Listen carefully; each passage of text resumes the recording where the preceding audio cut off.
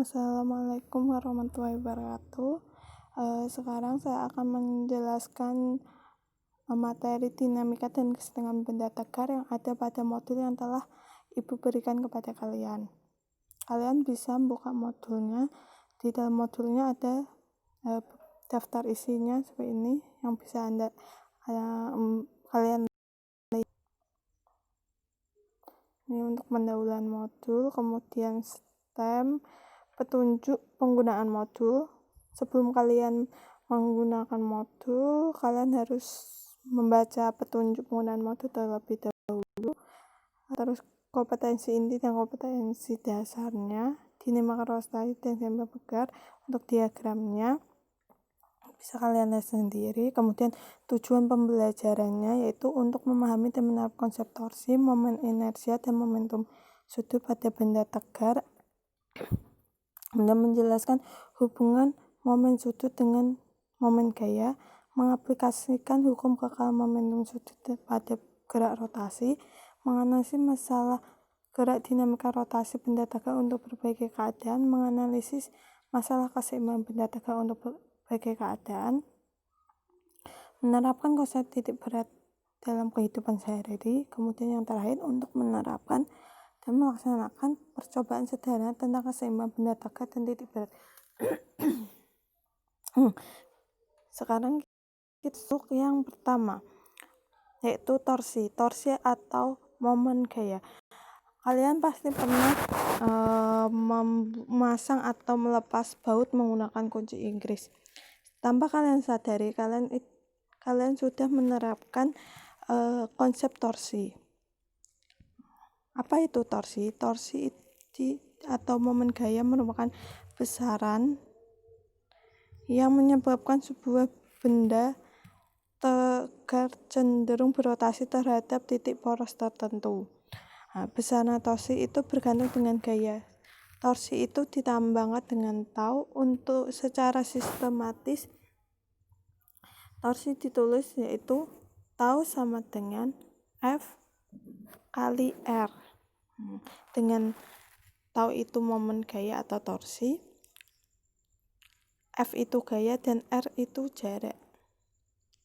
Sedangkan untuk mencari nilai tau yang bisa memiliki nilai sudut, kalian bisa menggunakan rumus tau sama dengan F kali R sin alfa. Ini untuk keterangannya bisa kalian baca sendiri.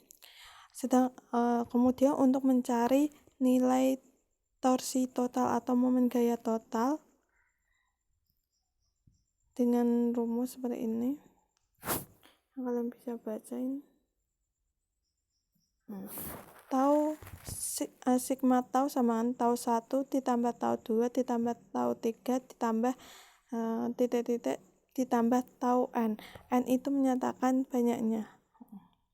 Kemudian torsi itu dapat diperbesar dengan cara menambah jarak titik asal terhadap titik diberikannya gaya.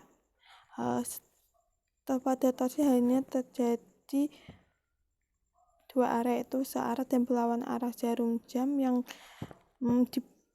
cukup dibedakan menggunakan tanda positif atau negatif.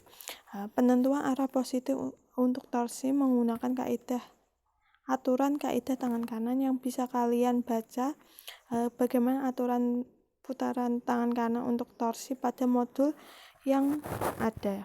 Kemudian ini dalam modul juga ada ulasan STEM mengenai momen gaya atau konsep momen gaya pada pintu saat membuka atau menutup pintu. Kalian pasti pernah membuka pintu di bagian tengah pintu,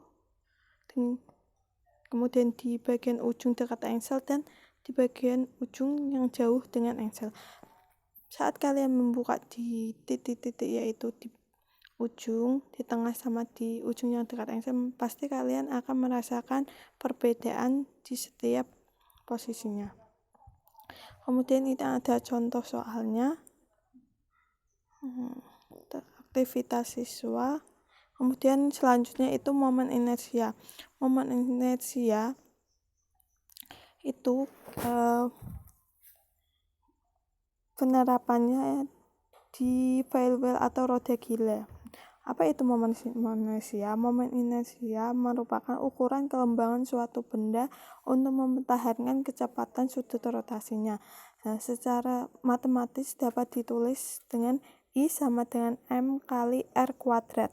Untuk I itu momen inersia, M itu menyatakan massa benda, R itu menyatakan jarak partikel dari sumbu putar. Tetapi untuk mencari nilai momen inersia total atau momen inersia yang jumlah lebih dari 1, kalian bisa menggunakan rumus ini, yaitu I sama dengan sigma mn kali R kuadrat n. Ini rumus ini.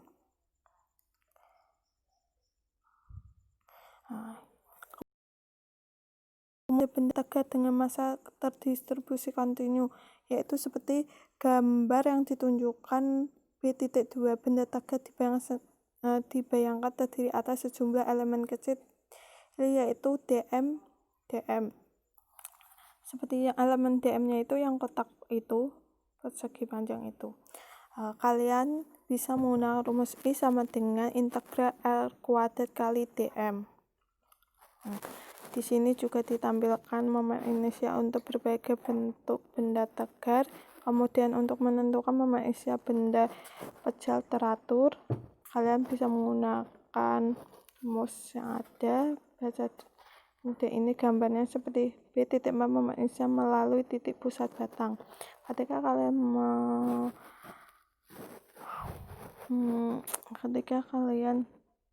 mencari nilai momen inersia yang sumbu putarnya pada melalui titik pusat batang, kalian bisa menggunakan rumus yang ada seperti yang ada di modul. Kalian bisa dipelajari dan dipahami sendiri,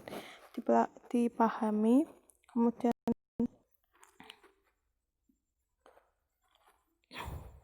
untuk teorema sumbu sejar.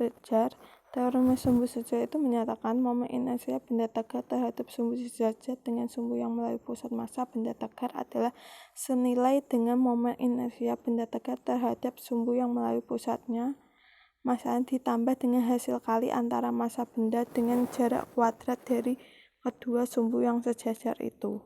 Untuk menentukan momen inersia batang bermassa M, seperti yang ada gambar B.5, momen inersia batang berputar yang sumbu putarnya di ujungnya. Nah itu, kemudian jika momen sumbu pusat massa ada IPM, seperti yang untuk gambar B6 itu, kalian bisa menggunakan rumus IS sama dengan IPM tambah MD kuadrat. Kemudian di poros sembarang maksudnya sumbunya itu bisa di tengah, di pinggir, di sembarang tempat itu, di sembarang tempat atau di salah satu ujungnya, yaitu yang berjarak D sama dengan L/2. Dengan demikian momen ini dapat ditulis seperti ini. Nah, rumusnya itu sama dengan sepertiga ml kuadrat. Ini contoh soal, terus latihan siswanya bisa kalian kerjakan agar kalian lebih memahami materi yang ada. Ini ulasan atau roda gila pada mesin sepeda motor. Kalian bisa baca dan memahaminya. Kemudian untuk hukum 2 Newton untuk gerak rotasi. Saat kita membuka pintu atau menutup pintu, selain konsep torsi, ada konsep hukum 2 Newton untuk gerak rotasi, yaitu sebelum berotasi maka benda tersebut memiliki kecepatan sudut dan percepatan sudut. Saat antara percepatan sudut dengan torsi itu ada kaitan atau enggak, kalian bisa membaca yang materi hukum 2 Newton untuk gerak rotasi. Nih, ketika kalian mendorong tepi daun pintu dengan gaya tertentu, catatlah berapa kira percepatan sudut pintu, kemudian dorong pintu di tengah tepi pintu dan engsel dengan gaya yang sama, meskipun gaya dengan torsinya akan berbeda. Kemudian berapa percepatan sudutnya? Dengan menemukan persamaan yang menghubungkan torsi dan percepatan sudut, sebuah benda bermassa M terikat oleh kawat tipis yang kaku berada sejauh R dari titik 0. Kemudian pada benda diberi gaya F yang tegak lurus dengan R, seperti gambar C.1 kayak gini. benda akan melakukan gerak rotatif dengan arah lintasan yang sama dengan arah F dan dengan percepatan linear. F sama dengan ma. Sedangkan untuk persamaan hukum 2 Newton untuk rotasi, yaitu tau sama dengan I alfa sama dengan I AT per R. Untuk keterangannya bisa kalian baca pada persamaan tau sama dengan I alfa, I itu sama dengan massa yang menunjukkan kelembaban untuk berotasi. Semakin besar momen inersi suatu benda, maka dibutuhkan torsi yang semakin besar untuk menggerakkan arah rotasinya. Kemudian ada latihan siswa, kalian bisa kerjakan. Selanjutnya itu energi kinetik. Energi kinetik itu biasanya pada salah satunya diterapkan pada bola bowling. Energi kinetik yang dimiliki benda tegar yang sedang bergerak adalah gabungan dari gerak rotasi dan gerak translasi. Energi gerak kinetik translasi secara sistematis itu ditulis Eka translasi sama dengan setengah mv kuadrat. Sedangkan energi kinetik rotasi secara sistematis ditulis Eka rotasi sama dengan setengah I omega kuadrat. Kemudian energi kinetik benda yang menggelinding. Energi kinetik benda yang menggelinding merupakan gabungan dari energi kinetik translasi ditambah energi kinetik rotasi, yaitu setengah V kuadrat ditambah setengah I omega kuadrat. Untuk keterangannya juga kalian bisa baca sendiri. Kemudian ulasan sistemnya untuk bola bowling, latihan soal, terus kekekalan momentum sudut. Apa itu momentum sudut? Momentum sudut adalah hasil kali momen inersia dengan kecepatan sudut. Secara sistematis ditulis sama dengan L sama dengan I omega. Itu untuk momentum sudut. Sedangkan untuk besarnya momentum sudut partikel, secara sistematis ditulis L sama dengan mRV. Kaitan antara momentum sudut dengan torsi kalian bisa baca. Formulasi hukum kekekalan momentum sudut pada gerak rotasi. Hukum kekekalan momentum sudut berbunyi jika tidak ada gaya yang mengaruh pada sistem atau sigma taunya 0, momen sudut sistem akan kekal atau tetap. Biasanya penerapan hukum kekekalan momentum sudut itu pada penari balet, peloncat indah. Terus ini ulasan sistem selain pada penari balet, peloncat indah, konsep hukum kekekalan momentum sudut juga pada permainan gangsing yang kalian bisa baca di modul. Kemudian latihan siswanya. Keseimbangan benda tegar. Keseimbangan benda tegar itu biasanya diterapkan pada para pemain akrobat, pemain judo. Terus ada keseimbangan statis sistem partikel dan keseimbangan statis benda tegar. Untuk keseimbangan statis sistem partikel, syarat keseimbangannya itu sigma F sama dengan 0 dengan sigma Fx nilai sama dengan 0 dan sigma Fy sama dengan 0. Kemudian untuk yang keseimbangan statis benda tegar, syaratnya itu ada 2, yaitu resultan gaya harus 0. Jadi sigma F-nya sama dengan 0, sigma Fx juga 0, sigma Fy sama dengan 0. Kemudian yang kedua, resultan torsi harus 0, sigma tau-nya harus 0. Konsep pengaplikasian keseimbangan statis benda tegar itu pada petani yang memikul keranjang buah dan pada lampu lalu lintas. Selain itu pada pemain akrobat juga. Dan masih banyak lagi. Latihan soal sistem titik berat. Untuk menentukan titik berat untuk benda yang homogen, kalian mempunyai sumbu simetris seperti pensil. Sumbu simetris dari pensil tepat melalui titik tengah pensil. Kalian bisa mempraktekannya dengan menaruh pensil di salah satu jari. Posisi jarinya di tengah pensil. Kemudian ada letak titik berat berbagai benda homogen yang bentuknya teratur seperti gambar G.2. Cara untuk menentukan letak titik benda secara kuantitatif dengan menggunakan rumus Y sama dengan sigma X I WI sama per sigma WI ini, seperti yang ini yang ada ini untuk mencari nilai letak titik berat benda secara kumulatif.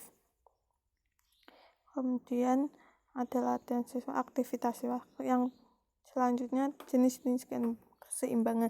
Jenis-jenis keseimbangan itu ada 3, keseimbangan stabil, labil, sama netral atau indifferent.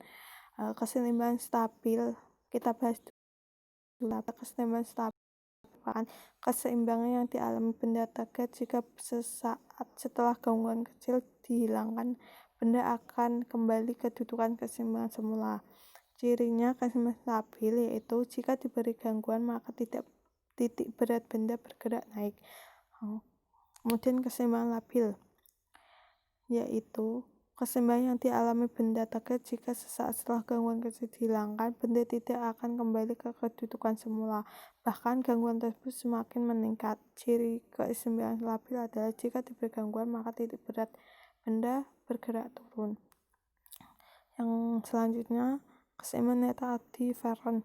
Keseimbangan yang dialami benda jika gangguan kecil yang diberikan tidak akan memengaruhi keseimbangan benda. Ciri keseimbangan netral adalah jika diberikan gangguan maka titik berat benda tetap. Untuk agar lebih memahami jenis-jenis keseimbangan, kalian bisa mengerjakan aktivitas siswa 3. Ini juga ada ulasan STEM mengenai mengapa menara miring bisa stabil padahal posisinya miring dan gak runtuh. Kalian bisa baca agar menambah wawasan kalian. Ini ada rangkuman, refleksi, uji kompetensi. Kalian juga bisa kerjakan agar lebih memahami materi, dan aktivitas siswa kalian bisa membuat alat sederhana yang menerapkan konsep dinamika dan keseimbangan benda tegak. Demikian penjelasan materi dari Ibu, materi yang ada dalam modul. Semoga kalian dengan memperhatikan ini lebih memahami. Apabila masih ada yang kurang paham bisa ditanyakan secara langsung ke Ibu. Terima kasih. Wassalamualaikum warahmatullahi wabarakatuh.